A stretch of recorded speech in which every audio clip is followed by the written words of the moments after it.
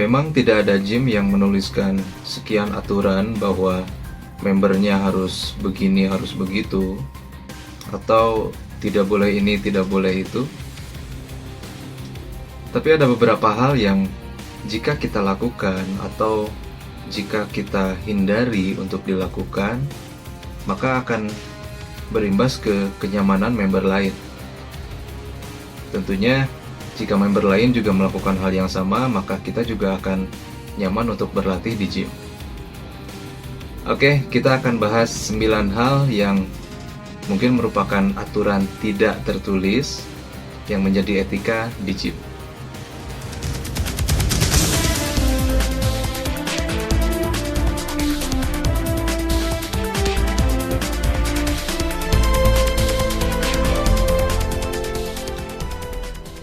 Hal yang pertama yang harus kita lakukan adalah mematikan kembali peralatan listrik. Nah, maksudnya adalah mesin atau peralatan di gym yang menggunakan listrik sebagai powernya. Biasanya di sini adalah treadmill ya. Nah, ini jika kita lakukan sebenarnya tidak berimbas secara langsung untuk kenyamanan kita ataupun member lain. Tapi intinya kita di sini adalah untuk menjaga usia si mesin atau peralatan agar bisa dipakai dalam jangka waktu yang lama. Salah satunya dengan mematikan powernya jika tidak digunakan. Yang kedua adalah tidak menyimpan barang pada bench atau pada mesin. Nah, biasanya jika kita latihan, kita akan membawa barang-barang seperti handphone, handuk, botol minum, untuk tetap berada di dekat kita. Ya memang ini tujuannya adalah untuk mempermudah saja ya. Mungkin selama istirahat yang singkat di antara set, kita akan menyempatkan diri untuk minum. Nah, tapi pastikan jika kita selesai pada satu mesin atau pada satu bench, si barang-barang tadi juga kita pindahkan atau segera kita bawa. Nah, maksudnya adalah agar si member lain yang mungkin mengantri untuk menggunakan alat yang sama tidak salah paham bahwa mesin tadi atau bench tadi masih kita gunakan, yang akhirnya dia terus menunggu sampai waktunya dia untuk latihan jadi tertunda ya. Jadi pastikan tidak menyimpan barang pada bench atau pada mesin. Di poin ketiga adalah maksimalkan waktu latihan. Nah, di sini maksud saya adalah agar kita lebih memperhatikan jeda waktu di antara set yang kita lakukan. Karena jika programnya yang baik akan sangat-sangat memperhatikan rest time di antara setnya, di mana waktunya seharusnya di antara 60 detik sampai 90 detik. Nah, ini akan berpengaruh ke peningkatan atau kestabilan hormon ya.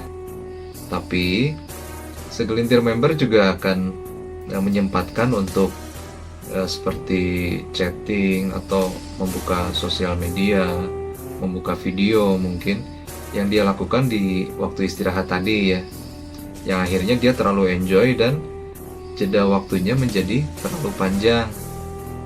Nah, jika ditotalkan set demi set ya, dengan total istirahat yang terlalu panjang tadi, ini akan sangat berpengaruh ke total waktu latihan kita, yang akhirnya kita berlatih terlalu lama di satu mesin yang akan membuat member lain menunggu.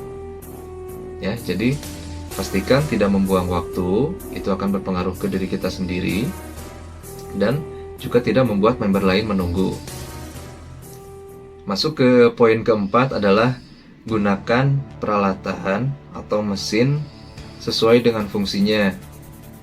Nah, maksudnya di sini adalah jangan sampai kita yang tidak berlatih, katakanlah kita selesai latihan atau belum memulai latihan, malah kita nongkrong di satu alat atau sekedar duduk-duduk pada satu mesin, yang akhirnya ini akan membuat member lain menunggu karena beranggapan kita sedang menggunakan alat tersebut ya. Jangan membuat member lain menunggu, karena saya yakin kita sendiri juga tidak akan mau ya untuk menunggu terlalu lama mesin atau peralatan yang akan kita pakai yang sedang digunakan orang lain. Jadi gunakan peralatan atau mesin di gym sesuai dengan fungsinya. jangan dipakai nongkrong, ya, jangan dipakai gaming juga.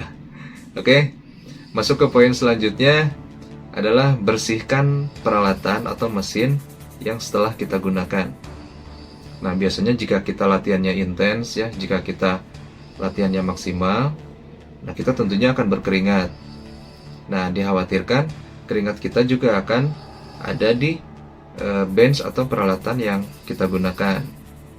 Nah, ini jika tidak kita bersihkan akan mengganggu kenyamanan member lain yang akan menggunakan alat yang setelah kita pakai.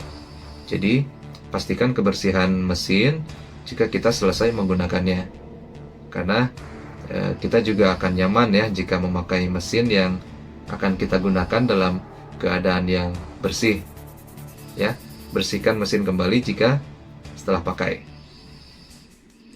Masuk ke poin ke-6 adalah kita harus menggunakan handuk pada bench yang kita gunakan. Nah, ini maksudnya adalah pertama agar kulit kita tidak berkenaan langsung dengan peralatan. Dan yang kedua tentunya fungsinya agar keringat dari tubuh kita sendiri juga tidak bercucuran pada bench atau pada peralatan. Nah, ini tentu akan berimbas pada kenyamanan member lain yang kemudian akan menggunakan alat yang sama setelah kita. Karena mereka tidak akan mau menggunakan mesin atau bench yang ketika mereka akan gunakan ternyata penuh dengan keringat dari tubuh kita. Ya, saya yakin member lain tidak akan mau. Jadi pastikan agar kita membersihkan atau menggunakan handuk ya, agar keringat kita tidak menempel pada bench atau pada mesin. Masuk ke poin ke-7 adalah re-rack. Nah, re-rack adalah menyimpan kembali dumbbell yang setelah kita gunakan pada tempatnya. Simple ya, kita hanya menyimpan peralatan yang kita gunakan dikembalikan ke tempatnya.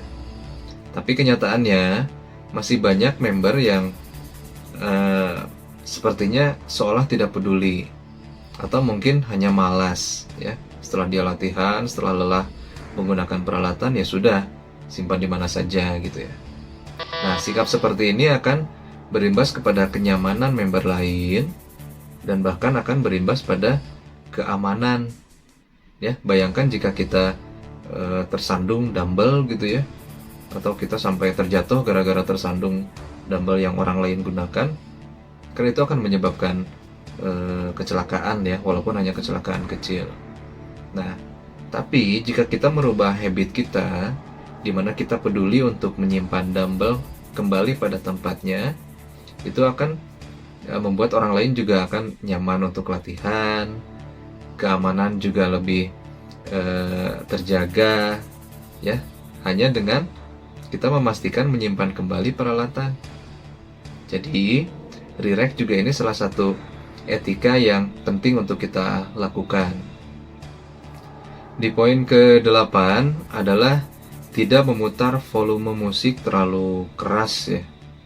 Nah, ini biasanya di beberapa gym akan membebaskan si membernya untuk memutar musik tertentu kesukaan mereka. Bahkan mereka juga bisa dengan bebasnya mengatur volume, baik itu sampai volume yang maksimal. Nah, jika ini dilakukan akan mengganggu kenyamanan member lain. Karena pertama, tidak semua member suka dengan lagu yang kita putar, itu sangat mungkin ya. Kedua, jika volume terlalu keras akan mengganggu kenyamanan member yang lain, terutama yang masih baru ya, yang masih berlatih, yang masih perlu arahan dari trainernya, di mana mereka sedang berkomunikasi. Ternyata komunikasinya tidak berjalan baik karena dengan teriak pun mereka masih tidak bisa mendengar satu sama lain ya, karena suaranya tertutup volume musik tadi yang terlalu keras. Nah, jadi jika memang perlu kita untuk menikmati musik dengan volume yang sangat kencang untuk diri kita sendiri, itu bisa diakali dengan kita memakai handsfree ya, atau apapun peralatan yang memungkinkan kita untuk mendengarkan musik secara pribadi ya. Jadi pastikan agar si volumenya dalam volume yang rata-rata, di mana bisa terdengar dalam seluruh ruangan, tapi tidak sampai menutupi komunikasi orang lain, ya. Dimana di gym tadi dengan volume yang walaupun dalam level yang cukup keras ya, tapi pastikan orang lain masih bisa berkomunikasi, masih bisa ngobrol, masih bisa ada pengarahan, ya. Jadi pastikan musik kita tidak mengganggu kenyamanan member lain dalam berlatih. Masuk ke poin terakhir adalah tidak membanting atau menjatuhkan beban ya atau plate. Nah, ini beberapa member masih melakukan ini, di mana dalam repetisi terakhir dalam satu set dia menjatuhkan bebannya ya sampai menimbulkan suara yang keras.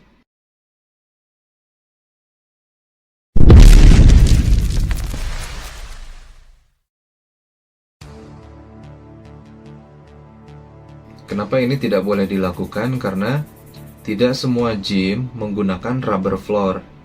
Ya, belum tentu lantai di gym yang kita gunakan itu si lantainya kuat ya untuk menerima hentakan dari beban. Bisa jadi ketika kita membanting beban, lantainya malah rusak gitu ya. Nah, tidak perlu dilakukan, tidak perlu membanting beban atau plate, karena selain berimbas pada keamanan tubuh kita, tentunya akan berimbas pada keamanan dari member lain. Ya, pastikan setiap repetisinya itu benar-benar kita fokuskan pada ototnya tanpa harus membanting ya, karena salah satu resiko jika kita membanting beban dengan kita tetap memegang si beban tadi, tentunya akan berimbas pada beberapa sendi ya dari tubuh kita. Jadi jangan membanting beban. Ya, itulah 9 hal yang merupakan aturan tidak tertulis yang jika kita lakukan bersama-sama tentunya akan berimbas pada kenyamanan bersama juga. Oke, semangat untuk latihan dan tetap sehat.